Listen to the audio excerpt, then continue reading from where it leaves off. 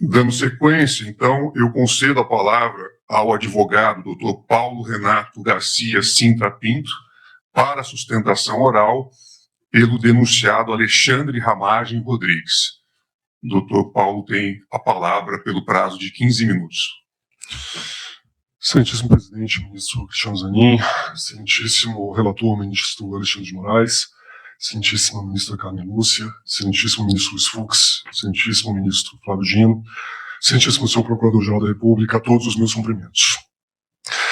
Excelências, como bem explanado pelo doutor Procurador-Geral da República e pelo excelentíssimo ministro relator, cuida-se de uma denúncia apresentada pela PGR contra uma série de pessoas a quem foram atribuído a pecha de integrantes de um núcleo crucial da alegada organização criminosa mencionada na inicial acusatória. Alexandre Ramagem Rodrigues, atual deputado federal, é apontado como um dos integrantes dessa aludida organização criminosa. Basicamente, em relação ao denunciado Alexandre Ramagem Rodrigues, a inicial acusatória faz duas imputações, ou talvez poderia chamar de dois conjuntos de imputações. Em um primeiro momento, a inicial diz que o denunciado Alexandre Ramagem teria atuado na construção de uma mensagem atentatória à credibilidade das urnas eletrônicas. Segundo o parquê, essa mensagem era de crucial importância na medida em que ela visava incutir no eleitorado, na população, um sentimento de rejeição, de desconfiança, de asco mesmo ao processo eletrônico de votação, e esse sentimento, esse mau sentimento da população seria fundamental para uma eventual, se necessária, tomada à força do poder, caso o grupo político, então, no poder não fosse escolhido para ali permanecer pelas urnas. Então, a primeira imputação se refere a essa construção da mensagem. A inicial imputa claramente ao denunciado Alexandre Ramagem atuar na construção de uma mensagem em detrimento da confiança, da segurança das urnas eletrônicas. Para além disso, o parquê também menciona que Alexandre Ramagem, na condição de diretor-geral da ABIN, teria montado uma espécie de estrutura paralela de informação dentro daquele órgão público, cujas finalidades seriam monitoramento de potenciais adversários, do grupo político, então, no poder, e produção de suposta desinformação que seria repassado a influenciadores digitais para divulgação em mídias digitais. Pois bem, excelências, em relação a essa primeira imputação, a suposta atuação do denunciado Alexandre Ramagem na construção de uma mensagem atentatória à credibilidade do sistema eletrônico de votação, a denúncia, com base no relatório apresentado pela autoridade policial, apresenta 3 indícios. São 3 indícios apenas. 3 arquivos de texto, 2 arquivos .x e um arquivo do tipo notas, do tipo que se há nesses programas Note de celular, para anotação de lembretes, ideias, compromissos, enfim. Essas 3 mensagens, esses 3 arquivos de texto, segundo a denúncia, teriam sido repassados ao então presidente da República, e esses 3 arquivos de texto demonstrariam que Alexandre Ramagem teria efetivamente atuado na construção dessa mensagem deletéria ao sistema eletrônico de votação. Pois bem, a primeira questão que eu gostaria de chamar a atenção de Vossas Excelências é que Alexandre Ramagem Rodrigues esteve à frente da ABIN durante julho de 2019 até março de 2022, quando se afastou do cargo para a disputa das eleições gerais que se realizariam naquele ano. Durante 2 anos e 8 meses, Alexandre Ramagem esteve à frente da Agência Brasileira de Inteligência. E a Polícia Federal fez, a partir da busca e apreensão desse equipamento, fez longa perícia em computadores, telefones, em gadgets utilizados por Alexandre Ramagem durante a sua gestão na ABIN. Durante 2 anos e 8 meses de gestão. E o que a autoridade policial apresentou em seu relatório foram esses 3 arquivos de texto. 3 arquivos de texto. Com todas as linhas devidas, sim, são indícios extremamente tímidos, singelos, da prática de um crime muito grave, da efetiva atuação do denunciado na construção de uma mensagem deletéria às urnas eletrônicas, porque tudo que há na denúncia, com base naquilo que foi colhido pela autoridade policial, são 3 arquivos de texto, e nada mais. E esses 3 arquivos de texto não trazem, e isso eu gostaria muito de realçar esse ponto, não trazem algo novo, algo inédito, algo criativo, porque, notem, excelência, estamos falando aqui da construção da mensagem. A inicial acusatória não imputou a Alexandre Ramagem a atitude de requentar uma mensagem ou de repetir aquilo que já vinha sendo dito. Não. Imputou a Alexandre Ramagem a construção de uma mensagem, a criação, a inovação. E esses 3 arquivos de texto citados na denúncia e expostos no relatório apresentado pela autoridade policial não trazem, em momento algum, argumentos novos, criativos, inovadores, inéditos, fundamentos, talvez construídos com base na utilização do Serviço Brasileiro de Inteligência, nada. Traz mais do mesmo. O primeiro desses documentos, embora possamos tecer críticas ao seu conteúdo, traz a seguinte mensagem: que o presidente, ou então o presidente da República, teria sido eleito no primeiro turno das eleições de 2018. Essa era a mensagem principal desse documento. Para além disso, o documento também fazia críticas às urnas. Não, as urnas não são seguras. Não, o judiciário está muito descredibilizado ao defender dessa forma as urnas. Era isso. Era esse o conteúdo desse documento. Com todas as linhas devidas. O mais do mesmo. O requentar argumentos velhos.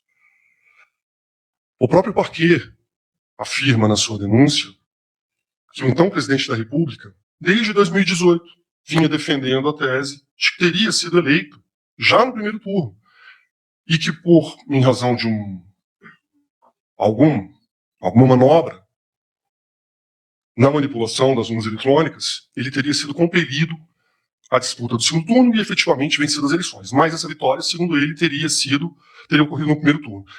São palavras do Ministério Público, não da defesa. Isso tudo para dizer, não há argumentos novos nesses documentos. Não há criação, construção de mensagem. O segundo documento trata de Alexandre Ramagem menciona a criação de um GT de trabalho, um grupo de trabalho na ABIN, cujo objetivo era aferir a confiabilidade e segurança das urnas. E menciona o nome de Ângelo De Nicoli nesse documento. Notem, excelências, apurar a confiabilidade e a segurança das urnas se encontra dentro do papel institucional da ABIN, sem dúvida nenhuma.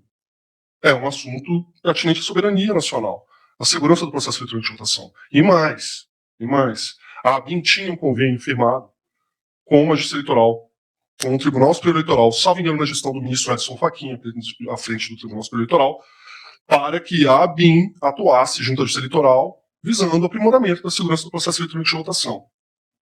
Ou seja, a criação de um GT de trabalho na ABIN não me parece muito construção de mensagem, até porque não há nenhum elemento nos autos, na denúncia, no relatório, que indique, não há nenhum elemento que indique que esse GT tenha saído do papel.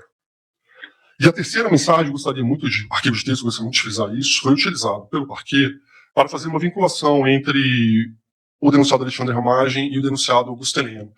Era um documento em que Alexandre Ramagem realmente sugeria que medidas investigativas ou decisões judiciais fossem submetidas ao crivo da AGU para que aferisse sua legalidade. Sim, há isso lá.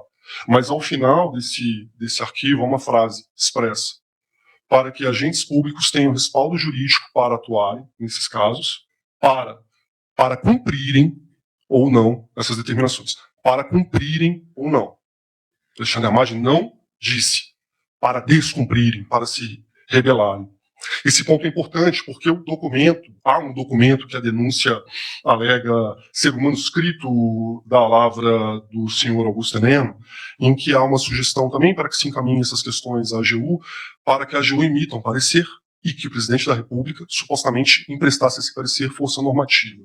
E a partir daí, o diretor-geral da Polícia Federal deveria se submeter ao comando do Exército, agentes públicos que desobedecessem esse parecer seriam presos, coisas do gênero. Não estou aqui entrando na questão da veracidade ou da autoria desse documento. Eu só estou mencionando o documento porque foi feito paralelo entre esse arquivo de texto em que Alexandre Ramagem sugeriria o encaminhamento dessas questões à AGU e esse suposto manuscrito da lavra do senhor Augusto Heleno. E não há nenhuma correlação, seja de qualidade ou de quantidade, de gravidade, nas medidas ali sugeridas. Friso mais uma vez, esse terceiro documento, que indicaria que Alexandre Ramagem atuou na construção de uma mensagem, se referia, basicamente, ele falou ao final, respaldo jurídico para que agentes públicos cumpram ou não determinadas ordens. Para além disso, a denúncia também apontou a existência de uma suposta ABIN paralela. Dados objetivos.